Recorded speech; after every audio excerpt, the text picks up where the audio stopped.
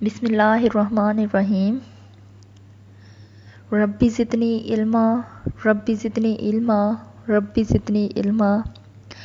السلام علیکم اسٹوڈنٹس، دار ارقم اسکول غوری ٹاؤن اسلام آباد میں آپ کو خوش آمدید کہتے ہیں۔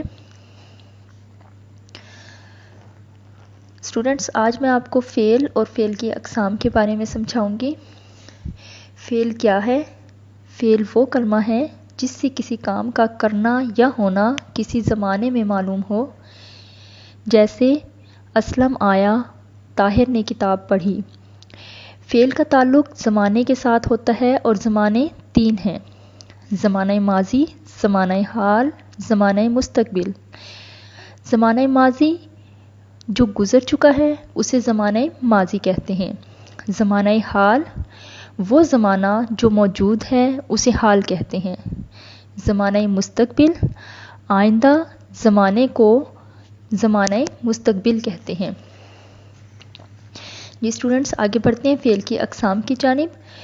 فعل کی 12 قسمیں ہیں۔ نمبر 1 فعل ماضی، نمبر 2 فعل حال، نمبر 3 فعل مستقبل، نمبر 4 فعل معروف، نمبر 5 فعل مجہول، نمبر 6 فعل مضارع، نمبر 7 فعل امر، نمبر 8 فعل نہیں، نمبر 9 فعل لازم، نمبر 10 فعل متعدی، نمبر 11 فعل تام، نمبر 12 فعل ناقص۔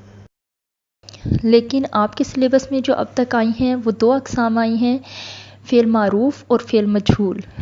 آج میں فعل معروف اور فعل مجہول ہی کے بارے میں آپ کو سمجھاؤں گی۔ فعل معروف کیا ہے؟ جب کوئی فعل اس طرح سے جملے میں استعمال ہو کہ اس کے ساتھ فاعل کا ذکر موجود ہو تو اسے فعل معروف کہتے ہیں۔ مثال دیکھیے، طلعت کتاب پڑھتی ہے۔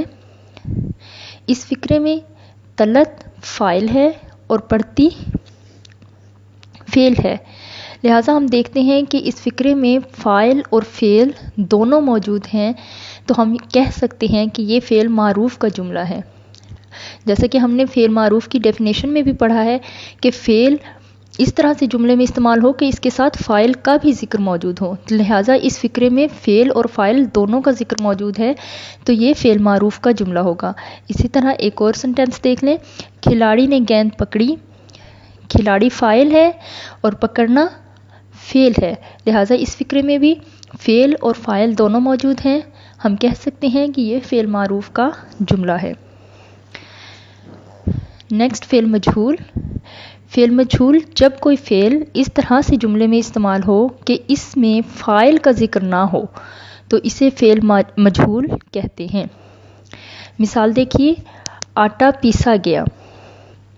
اب یہاں پر دیکھیے اسٹوڈنٹس، آٹا پیسا گیا، کام تو ہو رہا ہے، فعل موجود ہے، فعل ہو رہا ہے، لیکن یہاں پر فاعل موجود نہیں ہے، تو ہم کہہ سکتے ہیں کہ یہ فعل مجہول کا جملہ ہے۔ اسی طرح دوسرا جملہ دیکھیے، مکان بن جائے گا۔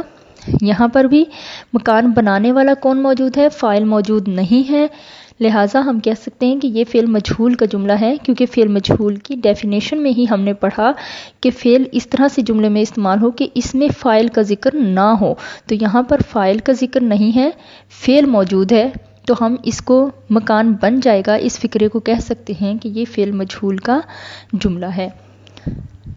آئی ہوپ اسٹوڈنٹس آپ کو فعل معروف اور فعل مجہول کی بہت اچھے طریقے سے سمجھ آ گئی ہوگی۔